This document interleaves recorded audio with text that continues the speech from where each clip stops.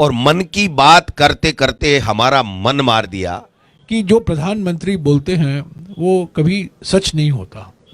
जो दावा करते हैं कि हम भेदभाव नहीं करते हैं नॉन बीजेपी सरकारों के खिलाफ, ये बिल्कुल गलत प्रचार करते हैं।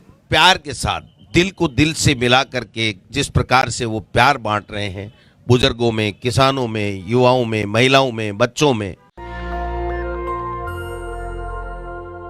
आज 98वां दिन है और आज राहुल जी के साथ रिजर्व बैंक ऑफ इंडिया के पूर्व गवर्नर रघुराम राजन जी चले। 10 किलोमीटर चले राहुल जी के साथ और काफ़ी लंबी बातचीत हुई दोनों के बीच में अर्थव्यवस्था के बारे में, और जो आर्थिक स्थिति है आज, मौजूदा आर्थिक स्थिति, उस पर काफ़ी लंबी चर्चा हुई। जीएसटी को लेकर, प्राइवेट इन्वेस्टमेंट और कैसे बढ़ाया जाए, निर्यात कैसे बढ़ाया जाए,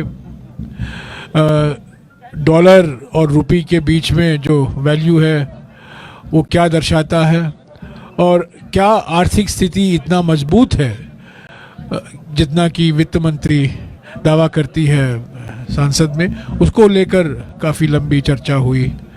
और दोपहर को आज 2 बजे राहुल जी ट्रेड यूनियन से मिल रहे हैं, अलग अलग ट्रेड यूनियन के प्रतिनिधियों से मिल रहे हैं। कांग्रेस की सरकार या कोई रीजनल पार्टी की सरकार अच्छे प्रस्ताव भेजते हैं केंद्र सरकार को, उस पर हम गंभीर विचार करते हैं और उसको स्वीकृति देते हैं। ये बार बार प्रधानमंत्री ने यह दावा किया है, पर मैं समझता हूँ पूर्वी राजस्थान कैनाल प्रोजेक्ट एक मिसाल है जहाँ जानबूझकर भेदभाव किया जा रहा है राजस्थान के खिलाफ। मैं खुद गवाह हूँ, पार्लियामेंट में 2-3 बार हमारे राज्यसभा में राजस्थान के सांसद नीरज डांगी जी ने इसको उठाया है। जल शक्ति मंत्री जो राजस्थान से हैं वो इस पर चुप रहे हैं, उन्होंने कुछ कहा भी नहीं।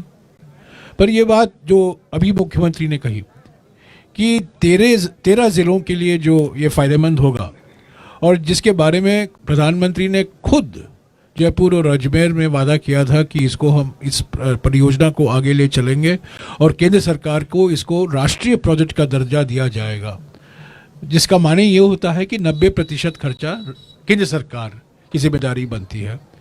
वो 4 साल से लंबित है और एक ना एक कारण के वजह से केंद्र सरकार ने इसको अनुमति नहीं दी है, राष्ट्रीय दर्जा नहीं दिया है।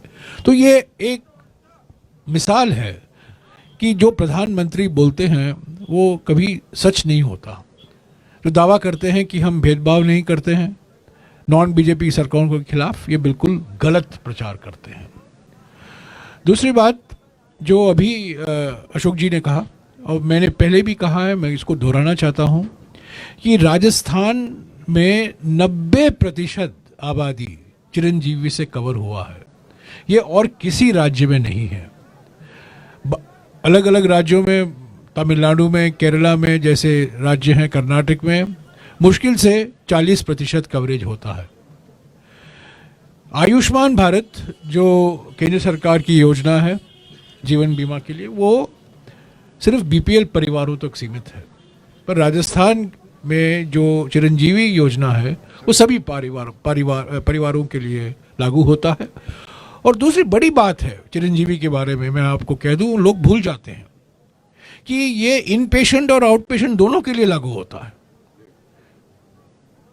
जो केंद्र सरकार की ओर से बीमाएं चलाई जाती हैं, स्वास्थ्य बीमा परियोजनाएं, वो सिर्फ इन पेशेंट के लिए होता, आउट पेशेंट के लिए नहीं होता। तो राजस्थान की चिरंजीवी स्वास्थ्य बीमा योजना न केवल सभी परिवारों के लिए है, पर इन पेशेंट और आउट पेशेंट दोनों के लिए है। जब बार बार गुजरात मॉडल की बात होती है तो हमारे प्रधानमंत्री ने पीएम की परिभाषा ही बदल दी है। पीएम माने प्रधानमंत्री नहीं, प्राइम मिनिस्टर नहीं, पीएम माने पैकेजिंग एंड मार्केटिंग। तो पैकेजिंग करते हैं और जो मार्केटिंग करते हैं उनका कोई मुकाबला नहीं, उसमें वो बहुत माहिर है।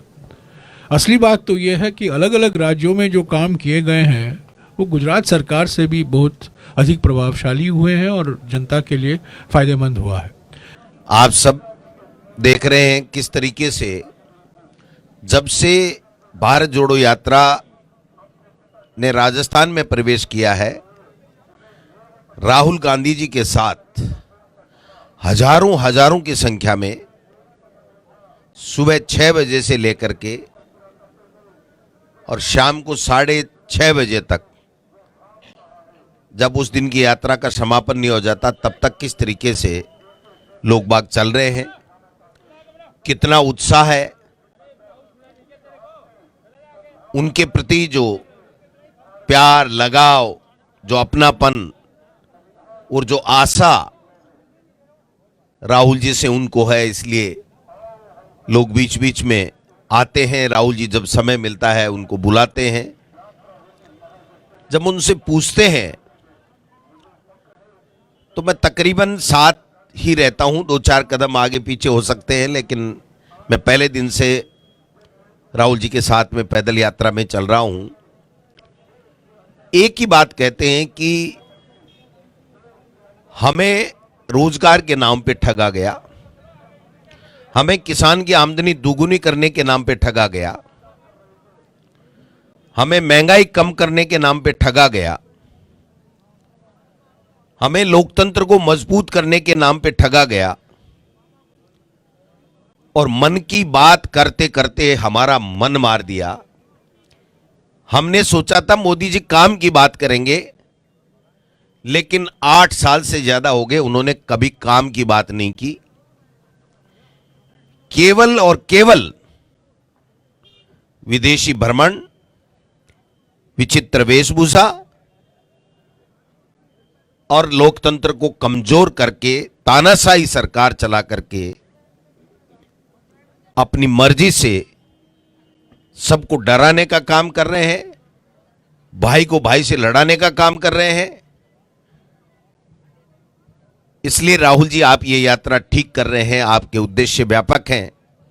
आप इस देश में प्यार बांटने चले हैं, इस देश को मजबूत करने चले हैं, इस देश के लोकतंत्र को मजबूत करने के लिए चल रहे हैं।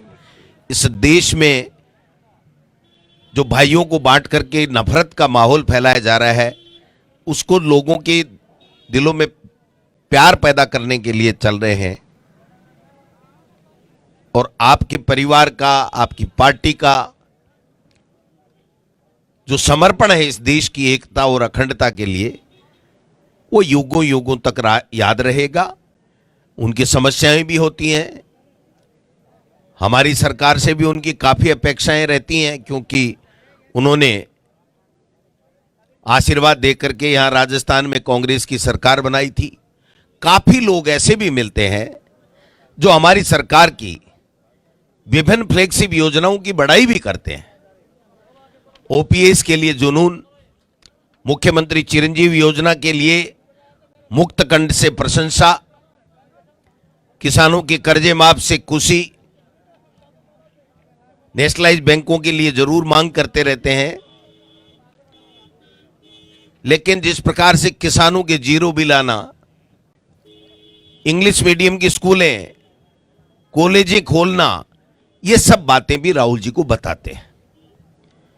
राहुल जी और सुझाव पूछते हैं कि आप कैसी हमारी सरकार चाहते हो, कैसी गवर्नेंस चाहते हो, तो उसके बारे में भी सुझाव आते रहते हैं और हम लोगों को और मुख्यमंत्री जी को वो निर्देश देते भी रहते हैं। कल जैसे बात आई थी सवाई माधोपुर में कि साहब उर्दू के पद बढ़ाइए, भर्ती ज्यादा कीजिए, तो मैंने शाम को ही राहुल गांधी जी के निर्देश के मुताबिक माननीय मुख्यमंत्री जी से बात की। और मैं बताना चाहता हूं खुशी के साथ में कि जहां 70 साल में 450 पद थर्ड लैंग्वेज के कक्षा 6 से 8 में होते थे, उनको पिछले बजट में मुख्यमंत्री जी ने 1000 करने का वादा किया था। उसके ऑर्डर भी निकल गए और अभी जो भर्ती हो रही है, तो पहले जो रिक्तियां होती हैं उसके अनुपात में जितनी अन्य विषयों की रिक्तियों को भरा जाता है उसी अनुपात में होता है। लेकिन जब कल राहुल गांधी जी का निर्देश हुआ कि आप देखिए जितनी ज्यादा वैकेंसी निकाल सकते हैं इन लोगों की निकालिए, तो माननीय मुख्यमंत्री जी ने निर्देश दिए। और मैं समझता हूं कि जब 2-5 दिन में जब विज्ञप्ति आएगी तो आपको पता लगेगा कि किस प्रकार से उनके निर्देश के बाद में सरकार और ज्यादा इसमें